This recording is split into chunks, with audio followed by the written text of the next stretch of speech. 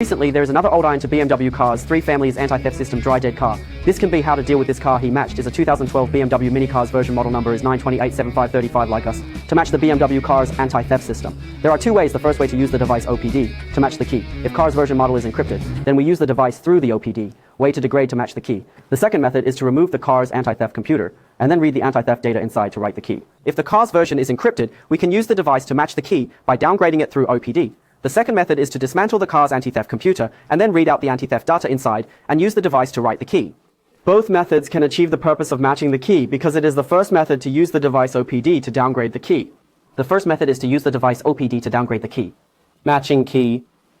The degradation process may be due to other reasons that lead to degradation failure, resulting in the original key cannot start the car, which is called a dead car. So this situation we can remove the car's anti-theft computer to rewrite a copy of the underlying flash data. Can be any questions you have, can leave a message in the comments section.